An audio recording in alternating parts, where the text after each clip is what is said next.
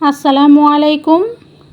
তেল, ভিনেগার এবং রোদে দেওয়ার ঝামেলা ছাড়া অল্প মশলায় খুবই মজাদার কাঁচা আমের আচার তৈরি করব আজকে। এজন্য আমি 1 কেজি পরিমাণ কাঁচা আম নিয়েছি। চেষ্টা করবেন একটু আঁশযুক্ত এবং বড় আঁটিযুক্ত আম দিয়ে আচার তৈরি করতে, এতে করে আচারগুলো খেতে বেশি ভালো হয়। সবগুলো আম আমি খোসা ছাড়িয়ে নিয়েছি। এবার এই আমগুলোকে আমি 1 ঘন্টার জন্য চুন পানিতে ভিজিয়ে রাখব। এতে করে আমের মধ্যে যে অতিরিক্ত টক ভাব সেটা কিছুটা কমে যাবে। এদিকে আমি আচারের জন্য একটা মশলা তৈরি করে নেব।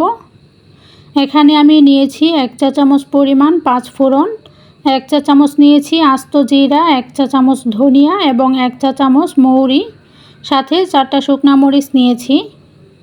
মশলাগুলোকে হালকা টেলে তারপরে গুঁড়া করে নিয়েছি।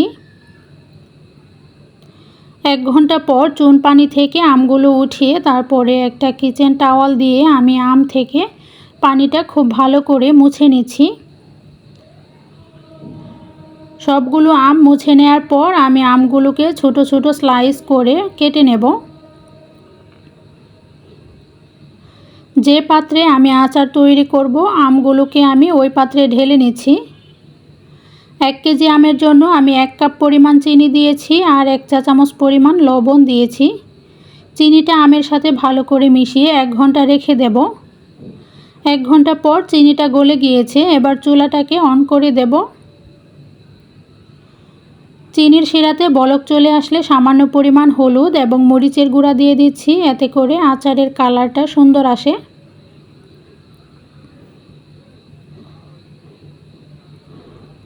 বেশ কিছুক্ষণ জাল করার পর আমগুলো যখন স্বচ্ছ হয়ে যাবে, ঠিক সেই পর্যায়ে আমি আগে থেকে গুঁড়া করে রাখা মশলা থেকে 1 চা চামচ পরিমাণ মশলা দিয়ে তারপর এটাকে একদম পানি টেনে যাওয়া পর্যন্ত জাল করে নিয়েছি। আর এই তো এরই মাঝে কিন্তু তৈরি হয়ে গিয়েছে অল্প মশলায় খুবই মজাদার কাঁচা আমের আচার। এটি আপনারা যে কোনো এয়ারটাইট বক্সে ভরে বেশ অনেক দিন পর্যন্ত সংরক্ষণ করতে পারবেন। ভিডিওটি ভালো লাগলে অবশ্যই ভিডিওতে লাইক দিয়ে কমেন্ট করে জানাবেন। চ্যানেলে নতুন হয়ে থাকলে চ্যানেলটিকে সাবস্ক্রাইব করে রাখবেন। আজকের মতো এই পর্যন্তই। সবাই ভালো থাকবেন, সুস্থ থাকবেন। আল্লাহ হাফেজ।